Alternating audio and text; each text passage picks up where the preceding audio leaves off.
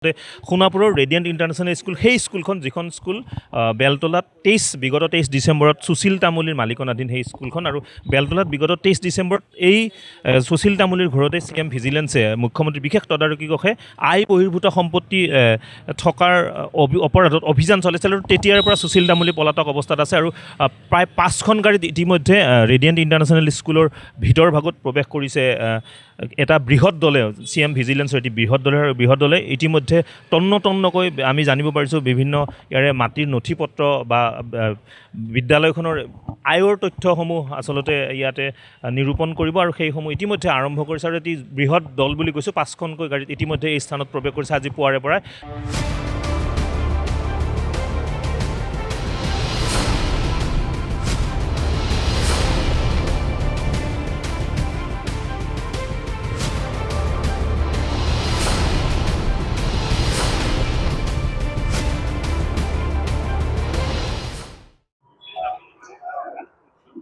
হয়, আজি মানে কি খুব ভাল দিন বুলি ক'ব লাগিব যে CM ভিজিলেন্সৰ পাৰ্টি ইয়ালৈ আহিছে। আমি বহুত আগৰ পৰা নিবেদন জনাই আছিলোঁ। 2010 চনৰ পৰাই বহুত আন্দোলন কৰিলোঁ, বহুত ৰোড শ্ব' কৰিলোঁ, কিন্তু তাৰপিছত আমি সফল হ'ব পৰা নাছিলোঁ। আমি CM ভিজিলেন্সকো আগতে আবেদন দিছিলোঁ, মুখ্যমন্ত্ৰীৰ কাৰ্যালয়লৈ দিছিলোঁ আৰু বিভিন্ন বিভাগলৈ আমি এপ্লিকেশ্যন কৰিছিলোঁ।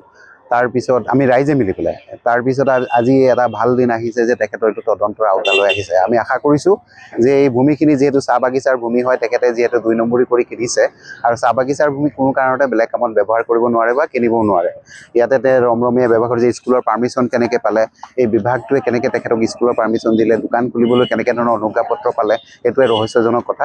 গতিকে সম্পূৰ্ণ এইটো মানে চিল হ'ব লাগে আৰু মাটিখিনি চাহ বাগিচাৰ মাটি চাহ বাগিচাৰ সৎ কামত ব্যৱহাৰ হ'ব লাগে।